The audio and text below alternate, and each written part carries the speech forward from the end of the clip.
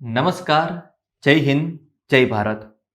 મિત્રો, આજનો વિડીયો આપણે આરટીઈ એક્ટ 2009 અંતર્ગત જે શૈક્ષણિક વર્ષ 2024 અને 25માં નબળા અને વંચિત જૂથના બાળકોને વિનામૂલ્યે ધોરણ 1માં જે પ્રવેશ આપવાની જાહેરાત કરવામાં આવી છે તેના સંબંધી હું તમામ પ્રકારની માહિતી તમને હું આપવાનો છું. જેમાં હું તમને અગત્યની તારીખો, ક્યાં ક્યાં ડોક્યુમેન્ટની જરૂર પડશે, તમે ફોર્મ કઈ રીતે ભરી શકશો અને તમારે ધ્યાનમાં રાખવા જેવા તમામ મુદ્દા હું તમને આ વિડીયોમાં જણાવવાનો છું. તો તમે મિત્રો અંત સુધી બન્યા રહેજો અમારા વિડીયોમાં. મિત્રો, ગુજરાત સરકાર દ્વારા the right of children to free and compulsory education act 2009ની કલમ 12 સબક્લોઝ 1 હેઠળ બિન અનુદાનિત ખાનગી પ્રાથમિક શાળાઓમાં 25% મુજબ વિનામૂલ્યે ધોરણ 1માં નબળા અને વંચિત જૂથના બાળકોને પ્રવેશ આપવાની આ યોજના અમલમાં લાવવામાં આવી છે. જેમાં તમને બાળકોને 1 જૂન 2024ના રોજ 6 વર્ષ પૂર્ણ કરેલ હોય અને નીચે દર્શાવવામાં આવેલી અગ્રતા ક્રમ ધરાવતા હોય બાળકો, તે લોકો આ યોજના હેઠળ લાભ મેળવી શકશે. એટલે કે મિત્રો, જો તમારું બાળક 6 વર્ષનું થઈ ગયું છે અને પહેલા ધોરણમાં તે પ્રવેશ મેળવવા માગે છે તો તમે ખાનગી શાળાઓમાં પણ તમે વિનામૂલ્યે એડમિશન લઈ શકશો. તેના માટે સરકારે એક્ટ આરટીઈ એટલે કે રાઇટ ટુ એજ્યુકેશન નામનો એક એક્ટ બનાવેલો છે, જેના અંતર્ગત ખાનગી શાળામાં 25% રિઝર્વ રાખવામાં આવેલી છે સીટ. આ અંતર્ગત તમને મિત્રો એડમિશન મળશે, જેમાં તમારે ખાનગી શાળામાં પણ તમારે ફી ભરવાની થતી નથી. બરાબર છે મિત્રો? તો હવે તમે કઈ રીતે ફોર્મ ભરશો તેની આગળ હું તમને માહિતી આપું છું. હવે મિત્રો, પહેલા જોઈએ છે આપણે શૈક્ષણિક વર્ષ 2024 અને 25 માટે આરટીઈ એક્ટ 2009 હેઠળ જે પ્રવેશ પ્રક્રિયા માટેનો સંભવિત કાર્યક્રમ. તો મિત્રો, ઓલરેડી આપણે ઓનલાઈન ફોર્મ ભરવાના માટેની જે જરૂરી ડોક્યુમેન્ટ અને એકઠા કરવા માટેનો જે વાલીને આપવામાં આવતો સમય, તો ઓલરેડી મિત્રો 5 માર્ચ 2024 થી લઈ અને 13 માર્ચ 2024 એટલે કે કુલ તમને 9 દિવસનો સમયગાળો તમને આપવામાં આવેલો હતો. હવે મિત્રો આપણે વાત કરીએ છીએ ઓનલાઈન ફોર્મ ભરવામાં આપવામાં થતા દિવસ. તો મિત્રો, ઓનલાઈન ફોર્મ તમારે 14 માર્ચ 2024 થી લઈ અને 26 માર્ચ 2024 સુધી તમે ભરી શકશો. આમ તમને ઓનલાઈન ફોર્મ ભરવા માટેનો કુલ 13 દિવસનો સમય આપવામાં આવેલો છે. ત્યારબાદ જિલ્લા કક્ષાએ ઓનલાઈન ફોર્મની ચકાસણી કરી અને એપ્રુવ અથવા તો રિજેક્ટ કરવાનો સમયગાળો છે તે માટે દિવસ 15 આપેલા છે, જેનો સમયગાળો 14 માર્ચથી 28 માર્ચ સુધીનો સમય આપવામાં આવેલો છે. ત્યારબાદ મિત્રો વાત કરીએ તો માત્ર અમાન્ય થયેલા ઓનલાઈન અરજીમાં જે ખોટા ડોક્યુમેન્ટને અપલોડ કરવા માટે અરજદારોને ફરી પાછી એક વખત તક આપવામાં આવશે. તેના માટે ફરી પોર્ટલ ઓપન થશે, જેમાં તમને 1/4/2024 થી લઈ અને 3/4/2024 સુધી તમે ફરી પાછા ડોક્યુમેન્ટ અપલોડ કરી શકશો. માત્ર અમાન્ય થયેલા ઓનલાઈન અરજીઓ પૈકી પુનઃ ડોક્યુમેન્ટ અપલોડ થયેલ છે તે માટેની જે ઓનલાઈન ફોર્મની જિલ્લા કક્ષાએ ચકાસણી કરવાનો સમયગાળો મિત્રો 4 દિવસનો આપવામાં આવશે, જેનો સમયગાળો છે 1 એપ્રિલથી લઈ અને 4 એપ્રિલ સુધીનો. અને પ્રવેશ પ્રક્રિયાનો પ્રથમ રાઉન્ડ જાહેર કરવાની તારીખ છે 6 એપ્રિલ. એટલે કે મિત્રો, તમે જ્યારે ફોર્મ ભરશો ત્યાં સુધી તમને 6 એપ્રિલ સુધી તમને ખ્યાલ આવી જશે કે તમારા બાળકને કઈ જગ્યાએ એડમિશન મળેલું છે. પ્રવેશ મેળવવા માટે બાળકના વાલીએ rte.orp.gujarat.com નામની વેબસાઇટ પર જવાનું રહેશે.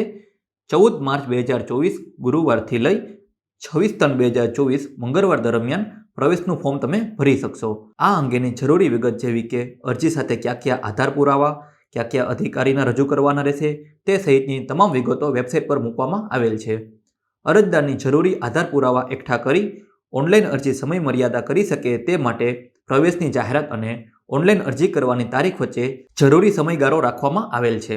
વાલીએ ઓનલાઈન ફોર્મ ભરતી વખતે જરૂરી આધાર પુરાવા જેવા કે જન્મ તારીખનો દાખલો, રહેઠાણનો પુરાવો, જાતિ અથવા તો કેટેગરીનો દાખલો તેમજ સક્ષમ અધિકારીનો આવકનો દાખલો, ઇન્કમટેક્સ રિટર્ન તથા ઇન્કમટેક્સ રિટર્ન ન ભરેલું હોય તેવા કિસ્સામાં આવકવેરાને પાત્ર આવક ન થતી હોવા અંગેનું સેલ્ફ ડિક્લેરેશનનું અને અસલ આધારો ઓનલાઈન અપલોડ કરવાના રહેશે. ઓનલાઈન ફોર્મની પ્રિન્ટ વાલીએ પોતાની પાસે રાખવાની રહેશે. ઓનલાઈન ભરેલ ફોર્મને ક્યાંય જમા કરાવવાનું રહેતું નથી, તે તમારે નોંધ કરવાની રહેશે મિત્રો. હવે મિત્રો, નીચે એક કોષ્ટક આપેલું છે, તેમાં હું તમને દર્શાવું છું કે કયા લોકોને અગ્રતા ક્રમ આપવામાં આવશે. જેમાં છે અનાથ બાળકો, સંભાળ અને સંરક્ષણની જરૂરિયાતવાળું બાળક, બાલગૃહના બાળકો, બાળ મજૂરો, મંદબુદ્ધિ અથવા તો સેરેબ્રલ પાલ્સી ધરાવતા બાળકો અથવા તો ખાસ જરૂરિયાતવાળા બાળકો અથવા તો શારીરિક રીતે વિકલાંગ અને વિકલાંગ ધારા 2016ની અંતર્ગત આવતા હોય તેવા દિવ્યાંગ બાળકો, એન્ટી રેટ્રોવાયરલની જે થેરાપી લેતા હોય તેવા બાળકો, ફરજ દરમિયાન શહીદ થયેલ લશ્કરી અથવા તો અર્ધલશ્કરી અથવા તો પોલીસ દળના જવાનના બાળકો, જે માતા અથવા પિતાને એકમાત્ર સંતાન હોય અને તે સંતાનમાં માત્ર એક જ દીકરી હોય તેવી દીકરીને પ્રાધાન્ય આપવામાં આવશે.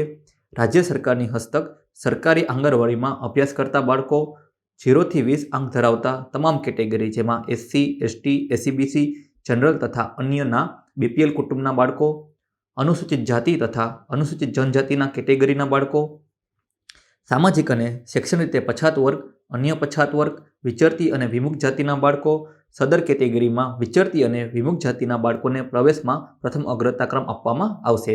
અને ત્યારબાદ છે જનરલ કેટેગરી અને બિન અનામત વર્ગના બાળકો. યાદ રાખજો મિત્રો, અગ્રતાક્રમ નંબર 8, 9, 11, 12 અને 13માં આવતા બાળકો માટે ગ્રામ્ય વિસ્તાર માટે વાર્ષિક આવક 1,20,000 અને શહેરી વિસ્તારમાં આવતા બાળકો માટે 1,50,000ની આવક મર્યાદા લાગુ પડશે. પ્રવેશ માટે કેટેગરીની અગ્રતા, આવકની અગ્રતા, વાલીઓને પસંદ કરેલી શાળાની અગ્રતા વગેરેને ધ્યાનમાં લઈને પ્રવેશ આપવામાં આવશે મિત્રો. હવે મિત્રો, ફોર્મ ભરવા માટેના આવશ્યક દસ્તાવેજો એટલે કે કયા કયા ડોક્યુમેન્ટની તમારે જરૂર પડશે, જેમાં છે રહેઠાણનો પુરાવો, જેમાં તમે આધાર કાર્ડ, પાસપોર્ટ, લાઇટ બિલ, પાણીનું બિલ, ચૂંટણી કાર્ડ અને રેશન કાર્ડ, આ પૈકી તમે કોઈ પણ એક વસ્તુ તમારે રજૂ કરવાનું રહેશે. ત્યારબાદ છે તમારે વાલીનું જાતિનું પ્રમાણપત્ર, ત્યારબાદ છે તમારે જન્મનું પ્રમાણપત્ર, જેમાં તમારે ગ્રામ પંચાયત અથવા તો નગરપાલિકા, મહાનગરપાલિકા અથવા તો જે તમારે હોસ્પિટલમાં તમે નોંધણી કરાવેલી હોય તેનું પ્રમાણપત્ર, આંગણવાડી છે, બાલવાડીમાં નોંધણીનું પ્રમાણપત્ર છે, અથવા તો માતા કે પિતાનું નોટોરાઇઝ કરેલું સોગંદનામું. ફોટોગ્રાફમાં તમારે પાસપોર્ટ સાઇઝનો કલર ફોટોગ્રાફ રજૂ કરવાનો રહેશે મિત્રો. ત્યારબાદ છે આપણે વાલીનું આવકનું પ્રમાણપત્ર. આવકનો દાખલો તમારે મામલતદારશ્રી અથવા તો તાલુકા વિકાસ અધિકારીનું પ્રમાણપત્ર માન્ય રહેશે. ગ્રામ્ય કક્ષાએ ઈ ગ્રામ પંચાયતનો તલાટી દ્વારા આપવામાં આવેલ આવકનો દાખલો માન્ય ગણવામાં આવશે અને તે 1 એપ્રિલ 2021 પછીનો હશે તેને જ માન્ય ગણવામાં આવશે. ત્યારબાદ આપણે વાત કરીએ BPL. 0 થી 20 આંક સુધીની BPL કેટેગરીમાં આવતા વાલીઓએ ગ્રામ્ય વિસ્તાર માટે તાલુકા વિકાસ અધિકારી અથવા તો નિયામક શ્રી જિલ્લા ગ્રામ વિકાસ એજન્સીનો દાખલો રજૂ કરવાનો રહેશે. જ્યારે શહેરી વિસ્તાર માટે મહાનગરપાલિકાના કિસ્સામાં નાયબ મ્યુનિસિપલ કમિશનર અથવા તો મહાનગરપાલિકાએ અધિકૃત કરેલા સક્ષમ અધિકારીનો દાખલો, નગરપાલિકા વિસ્તારમાં નગરપાલિકાના ચીફ ઓફિસરનો દાખલો અને નોટિફાઈડ વિસ્તારમાં મુખ્ય કારોબારી અધિકારી અથવા તો વહીવટી અધિકારીનો દાખલો તમારે રજૂ કરવાનો રહેશે. જે શહેરી વિસ્તારમાં 0 થી 20 અંક ધરાવતા BPL કેટેગરીના લાભાર્થીઓની યાદી ન હોય તેવા વિસ્તારમાં BPL યાદીમાં સમાવેશ થયેલા લાભાર્થીઓને જે તે સક્ષમ અધિકારીનું BPL યાદી નંબરવાળું પ્રમાણપત્ર રજૂ કરવાનું રહેશે. BPL રેશન કાર્ડ BPL આધાર તરીકે માન્ય ગણાશે નહીં, જેની સૌએ નોંધ લેવાની રહેશે મિત્રો. ત્યારબાદ છે વિચરતી જાતિઓ અને વિમુખ જનજાતિઓ. મામલતદારશ્રી અથવા તો સમાજ કલ્યાણ અધિકારી, તાલુકા વિકાસ અધિકારી અથવા તો સક્ષમ અધિકારીનું તમારે પ્રમાણપત્ર અહીં રજૂ કરવાનું રહેશે મિત્રો. ત્યારબાદ આપણે વાત કરીએ અનાથ બાળકો માટે જે તે જિલ્લાની ચાઇલ્ડ વેલફેર કમિટીનું પ્રમાણપત્ર. સંભાળ અને સંરક્ષણની જરૂરિયાતવાળા બાળકો માટે તમારે જે તે જિલ્લાની ચાઇલ્ડ વેલફેર કમિટીનું પ્રમાણપત્ર રજૂ કરવું પડશે. બાલગૃહના બાળકો માટે જે તે જિલ્લાની ચાઇલ્ડ વેલફેર કમિટીનું પ્રમાણપત્ર રજૂ કરવાનું રહેશે. બાળ મજૂરો માટે જે તે જિલ્લાના લેબર અને રોજગાર વિભાગનું શ્રમ અને અધિકારીનું પ્રમાણપત્ર તમારે રજૂ કરવાનું રહેશે મિત્રો. સેરેબ્રલી પાલ્સી બાળકો માટે તમારે સિવિલ સર્જનનું પ્રમાણપત્ર રજૂ કરવાનું રહેશે. ખાસ જરૂરિયાતવાળા બાળકો માટે તમારે સિવિલ સર્જનનું પ્રમાણપત્ર, જેમાં લઘુત્તમ 40% તમારે હોય તેવું પ્રમાણપત્ર રજૂ કરવું પડશે. એન્ટી રેટ્રોવાયરલની જે થેરાપી લે છે તેવા બાળકોને સિવિલ સર્જનનું પ્રમાણપત્ર રજૂ કરવું પડશે. શહીદ થયેલા જવાનના બાળકો માટે સંબંધિત ખાતાના સક્ષમ અધિકારીનો દાખલો રજૂ કરવાનો રહેશે. સંતાનમાં માત્ર એક જ દીકરી હોય તે કેટેગરી માટે ગ્રામ્ય વિસ્તાર માટે તલાટી કમ મંત્રીશ્રી, નગરપાલિકા વિસ્તાર માટે તમારે ચીફ ઓફિસર અને મહાનગરપાલિકા માટે તમારે સક્ષમ અધિકારીનો એક જ માત્ર દીકરી છે તે સિંગલ ગર્લ ચાઇલ્ડ હોવાનો દાખલો તમારે રજૂ કરવાનો રહેશે મિત્રો. સરકારી આંગણવાડીમાં અભ્યાસ કરતા બાળકો માટે સરકારી આંગણવાડીમાં ઓછામાં ઓછો 2 વર્ષનો અભ્યાસ કરેલ હોય અને ICDS CAC વેબ પોર્ટલ પર જે વિદ્યાર્થીઓનું નામ નોંધાયેલા હોય તેવા વિદ્યાર્થીઓએ જે તે આંગણવાડીમાં અભ્યાસ કરેલ છે તે મતલબનું સંબંધિત આંગણવાડીના વર્કર તરીકે અથવા તો સરકારશ્રી દ્વારા વખતો વખત નક્કી કરવામાં આવેલ સક્ષમ અધિકારીનું પ્રમાણપત્રનો દાખલો તમારે રજૂ કરવાનો રહેશે. બાળકનું આધાર કાર્ડ તો બાળકમાં તમારે આધાર કાર્ડની નકલ કરવાનું છે, વાલીનું આધાર કાર્ડ, બેંકની વિગત જેમાં બાળક કે વાલીના બેંકના ખાતાની પાસબુકની ઝેરોક્ષ રજૂ કરવાની તમારે રહેશે અને સેલ્ફ ડિક્લેરેશનમાં તમારે પાન કાર્ડ ન ધરાવતા હોય તો અથવા તો પાન કાર્ડ ધરાવતા હોય પરંતુ ઇન્કમ ટેક્સ રિટર્ન ન ભરેલું હોય તેવા કિસ્સામાં આવકવેરાને પાત્ર આવક ન થતી હોવા અંગેનું નિયત નમૂના સાથેનું આ સાથે સામેલ રાખેલ સેલ્ફ ડિક્લેરેશનનું ઓનલાઈન ફોર્મ ભરતી વખતે ફરજિયાત અપલોડ કરવાનું રહેશે. એટલે કે મિત્રો, જો તમારી પાસે પાન કાર્ડ ધરાવતા નથી અથવા તો પાન કાર્ડ છે પરંતુ તમે ઇન્કમ ટેક્સ ભરતા નથી અથવા તો તમારી ઇન્કમ ટેક્સ ભરવા માટે તમે નથી ધરાવતા તે અંગેનું તમારે એક સેલ્ફ ડિક્લેરેશનનું ફોર્મ ફરજિયાત ભરવાનું રહેશે અને તમારે અપલોડ કરવાનું રહેશે મિત્રો. તો મિત્રો, આશા રાખું છું કે જે આરટીઈ એક્ટ અંતર્ગત જે ખાનગી શાળામાં તમને 25% રિઝર્વેશન રાખવામાં આવેલ છે તેના અંતર્ગત તમારું બાળક 6 વર્ષનું થાય ત્યારે તમને પ્રવેશ આપવામાં આવશે. આ માટે મેં તમને જરૂરી ડોક્યુમેન્ટ, જરૂરી ડેટ્સ અને જે વસ્તુ ધ્યાન રાખવામાં આવતી બાબતો તમને અહીં મેં વિડીયોના માધ્યમ દ્વારા સમજાવેલી છે.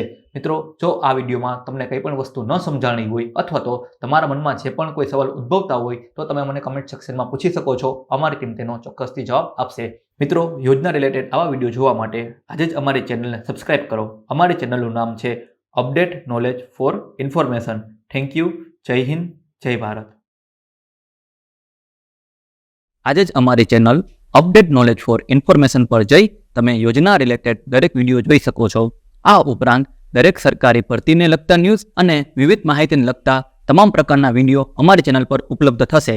તો આજે જ અમારી ચેનલ અપડેટ નોલેજ ફોર ઇન્ફોર્મેશનને સબસ્ક્રાઇબ કરી લ્યો, આ વિડીયોને લાઇક કરી દો, શેર કરી દો. જય હિન્દ, જય ભારત.